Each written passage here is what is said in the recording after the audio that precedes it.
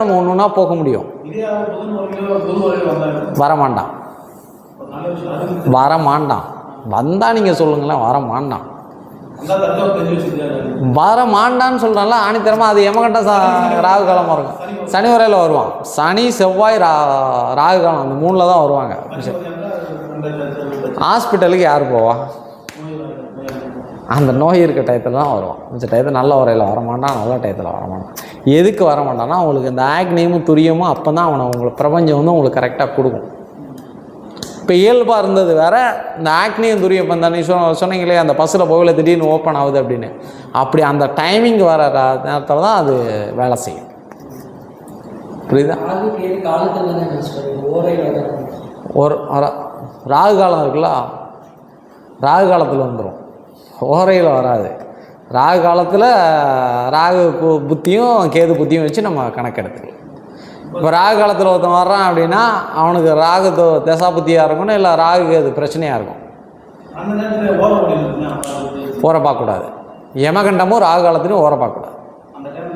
ஓரை வேலை செய்யாது, வேலை செய்யாது. யமகண்டத்தில் வர்றான்னா கண்டம், அவன் கண்டத்தில் இருக்கான். யமகண்டம் கிடையாது, அவனுக்கு கண்டம். உயிர் ஆபத்து, விபத்துகள், தத்துக்கள், இதே மாதிரி நம்ம பேட்டர்னை எடுத்துகிட்டு வந்து ராகு தோஷம். இது ஒரு பாயிண்டில் வச்சுக்கிறது. என்னது? ஓரை. இப்போ நீங்கள் சும்மா பார்க்குறவன் போகிறவனெல்லாம் என்ன சொல்லணும்? ஒவ்வொரு விஷயமா நீங்கள் சொல்லி பார்க்கணும். பார்த்தா இந்த பேட்டர்ன்கள் புரிய ஆரம்பிக்கும். சும்மா ப்ராக்டிஸ் பண்ணணும். நான் உங்களை ப்ராக்டிஸ் தான் பண்ண சொல்கிறேன். இது உண்மையா உங்களுக்கு ஒரு நம்பிக்கை வரணும். அவராக ஃபோன் பண்ணணும்.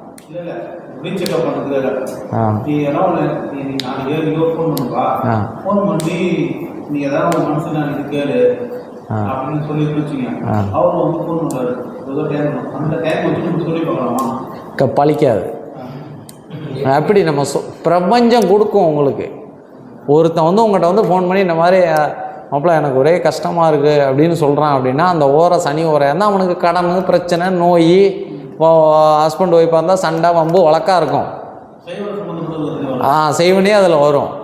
ராகு காலம் வந்தால் ராகுனுடைய காரத்தத்துவம், செவ்வாய் இருந்தால் செவ்வாயினுடைய காரத்தத்துவம். நான் சொல்லுவது உங்களுக்கு புரியுதா? இதைத்தான் நம்ம சொல்லணும். நம்ம ஒருத்தனை ஃபோன் பண்ணி சொல்கிறோன்னா அது வேலை பிரபஞ்சம் கொடுக்காது. இயல்பாக நடக்கிறதா விஷயமாகும். இப்போ என்ன சாமி பார்க்க அப்பாயின்மெண்ட் போடுறோம் அப்படின்னா, அப்பாயின்மெண்ட் போடுறது ஒரு டைமாக இருக்கும், அவன் வர்றது ஒரு டைமாக இருக்கும். அவன் வர்ற டைம் தான் அது வேலை செய்யும்.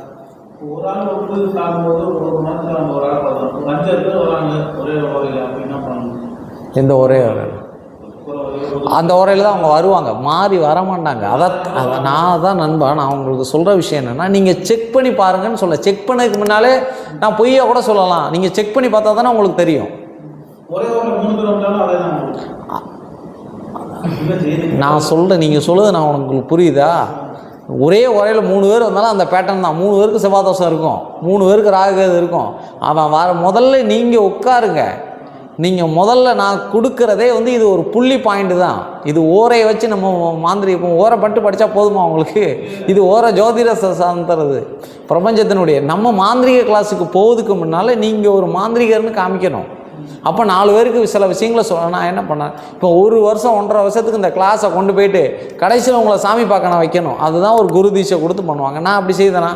இதுக்குள்ளே சாமி பார்க்க ஒரு 2 கிளாஸ் 3ஆவது கிளாஸில் உட்காந்து சாமி பார்க்கணும். திடீர்னு உட்காந்து சாமி பார்த்தா மாந்திரிகங்கள் எதுவும் வேலை செய்யாது. மாந்திரிகம் எப்படி பார்த்தாலும் 1 வருஷத்துக்கு அப்புறம் தான் வேலை செய்யும். அப்போ என்ன பண்ணணும், ஆக்னியம் துரியத்தெல்லாம் ஓப்பன் பண்ணி அது ஒரு பக்கம் ப்ராக்டிஸ் போய்கிட்டு இருக்கல. சும்மா நீங்கள் பிரபஞ்சம் எப்படி உங்களுக்கு கண்ட்ரோலாக பேசுதுங்கிறத நான் உங்களுக்கு கற்றுக் கொடுக்கறது தான் இந்த ஓரை. இந்த ஓரையே அதோட மென்ஷன் பண்ணாதீங்க. புரியுதா? ஓரங்க நீங்கள் 4 பேர் 10 பேர் வர்றதெல்லாம் அது 2வது பேட்டர்ன். முதல்ல வர்ற ஆளுக்க உங்கள் ஃப்ரெண்டு சர்க்கிளில் நீங்கள் பேச ஆரம்பிங்க, பூஜை ரூம் வைக்க ஆரம்பிங்க.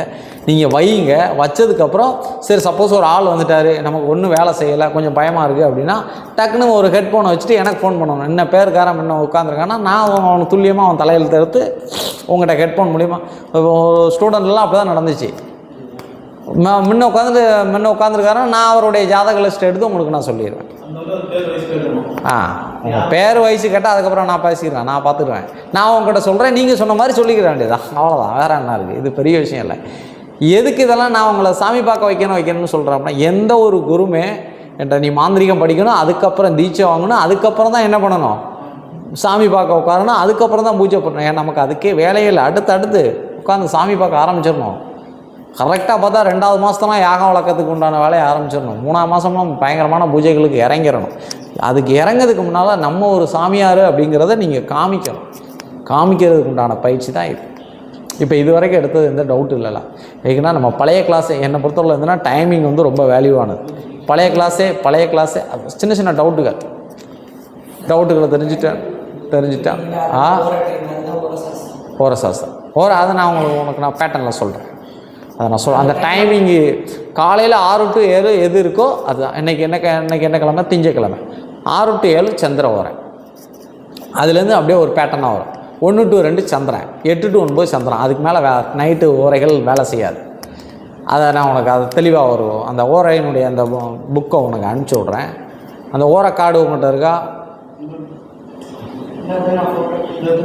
அதை ஃபோட்டோ எடுத்து வச்சு அதை பார்த்துக்கோ. அதை ஃபோட்டோ எடுத்து வச்சுக்கோ. நான் அந்த காரத்தத்துவம் சொன்னேன் இல்லையா, என்னென்ன செய்யும் அப்படிங்கிறது, அதுபடி நீங்கள் ப்ராக்டிஸ் பண்ண ஆரம்பிக்கணும். வேறு எதுவும் டவுட் இல்லைல்ல? பழைய கிளாஸ் டவுட் இல்லைல்ல?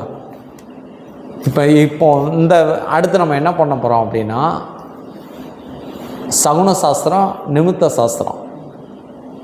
சகுன நிமித்தம் பச்சி, இந்த 3ஐயும் இன்றைக்கி முடிக்கணும். ஒரு நாளைக்கு ஒரு கிளாஸ் கூட முடிக்கலாம். ஆனால் அது நமக்கு டக்குன்னு முடித்தா தான் அடுத்து நான் மாந்திரிகத்துக்கு கூட போவே இல்லை. அதுக்குள்ளே போயிருக்கணும். எனக்கு 1 மாதம் தான் டைம். அதுக்கப்புறம் மாந்திரிகத்துக்குள்ளே போகணும். நீங்கள் கிளாஸுக்குள்ள ஒழுங்காக ஒரு ஆள் மாற்றி வரான், இருக்கிறதுனால தான் இதாகிட்டே இருக்குது. சரி, நம்ம அடுத்த பாடத்துக்கு போமா?